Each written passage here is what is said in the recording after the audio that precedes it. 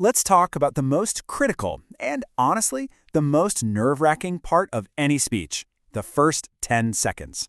We're going to figure out how to craft an opening so good, so powerful, that people in the audience literally turn to each other and whisper, "Who is this person?" We've all seen this a million times, right? The speaker shuffles up to the podium, takes a nervous breath, and kicks things off with, well, with this, the polite, standard, and completely forgettable introduction. And just like that, poof, it's over. You can almost feel the air go out of the room. Their minds are gone, already checking email in their heads, thinking about lunch, literally anything except what you're about to say.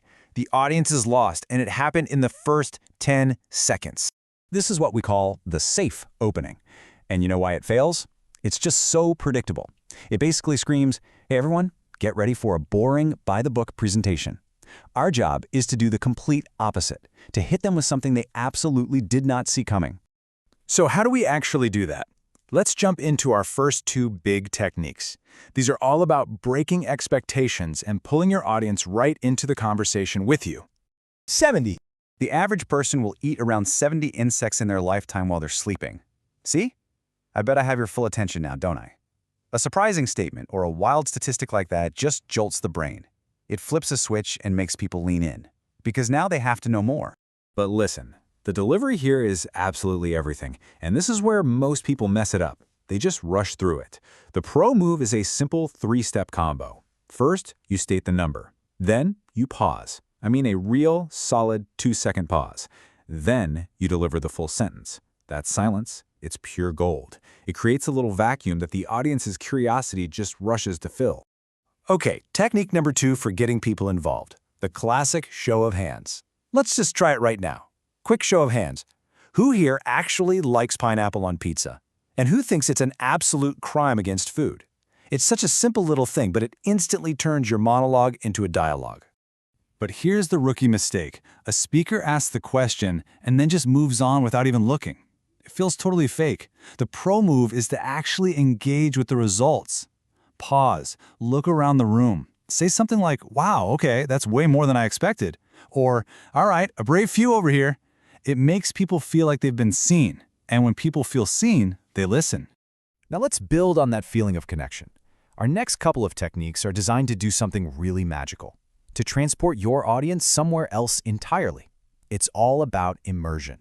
First up, the imaginary scene. Instead of telling your audience about a feeling, you make them feel it. So something like, imagine you're in your favorite cafe. You find that big, comfy chair in the corner. You've got a warm coffee in your hand. You take that first deep sip. You can almost feel it, right? You're there. The secret here is to avoid vague corporate speak like, "Imagine a challenging situation." That doesn't paint a picture for anyone. You have to use vivid, sensory words, action words like walk, sit, drink, smell. Your goal is to start a little movie playing inside their head. And that leads us perfectly into our next technique, the personal story. If you remember nothing else about storytelling, remember this one thing. Don't summarize. Zoom in. Don't give us the bird's eye view. Pull us down into one specific, tangible moment. So, for example, instead of saying, "I learned that planning is important," you zoom all the way in. So, 2 weeks ago, I'm trying to assemble this bookshelf. 3 hours later, the thing is wobbly, it's leaning, it's a total disaster. I'm so frustrated, I finally look at the manual, and I see I completely skipped step 1. That specific, painful, relatable moment, that's what makes the lesson stick. All right, on to our last technique. And this one, well, it might be the simplest, the most unexpected, and maybe even the most powerful of them all. That's right. Sometimes the most powerful tool you have to grab an audience's attention is to say nothing at all. I'm talking about the unexpected silence. Well, hello there. That battery can last up to 24 hours even with the always-on display turned on. It's pretty cool. Did you feel that? That little bit of tension? That's the power of intentional silence. It's a pattern interrupt.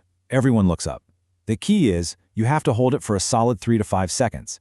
Any shorter, and it just feels like you forgot your words. You have to be brave enough to just stand there and let that silence work its magic. So, the main takeaway here is pretty clear. There is absolutely no excuse for a boring opening. You now have a full playbook to grab an audience's attention from the second you walk out there. So let's just review your new playbook. You've got the surprising statement to shock them into listening, the show of hands to involve them directly, the imaginary scene to immerse them, the unexpected silence to build intrigue, and the personal story to create a genuine connection. Look, these aren't just clever tricks. They're powerful communication tools that shift you from being someone who just presents information to someone who truly commands a room. So I'll just leave you with this one question. Your next speech is right around the corner. How are you going to begin?